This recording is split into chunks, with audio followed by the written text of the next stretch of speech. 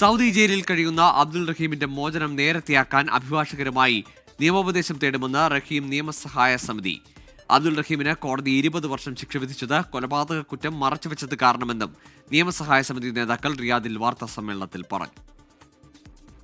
അല്ലെങ്കിൽ ഇതിൻ്റെ ഏറ്റവും വലിയ ഹൈലൈറ്റ് പോയിന്റ് ഇതിൻ്റെ ഈ തർജ്ജമ സുലൈമാൻ വായിക്കുകയാണെങ്കിൽ കിട്ടാൻ പോകുന്ന ആ ഒരു മാറ്ററാണ് ഇത്.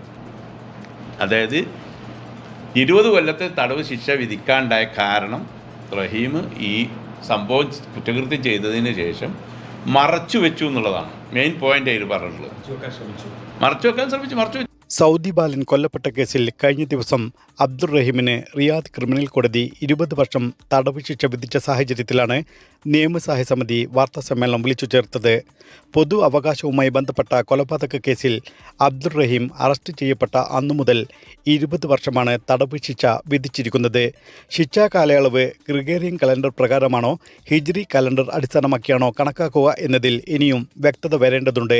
വിധിക്കെതിരെ അപ്പീൽ സമർപ്പിക്കാൻ 30 ദിവസത്തെ സമയപരിധിയാണുള്ളത്. അപ്പീൽ സമർപ്പിക്കുന്നത് മൂലം റഹീമിൻ്റെ മോചനം വീണ്ടും നീണ്ടുപോകാനുള്ള സാധ്യതയും മുന്നിലുണ്ട്.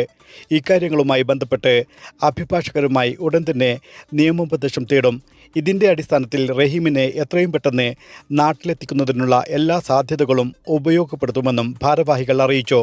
റഹീം മോചന ഫണ്ട് സമാഹരണത്തിലൂടെ ലഭിച്ച തുകയിൽ നാട്ടിലെ അക്കൗണ്ടിൽ ബാക്കിയുള്ള തുക സംബന്ധിച്ച് റഹീമിൻ്റെ മോചനത്തിനു ശേഷം നാട്ടിലെ ട്രസ്റ്റുമായി കൂടിയാലോചന നടത്തിയ ശേഷം തീരുമാനിക്കും.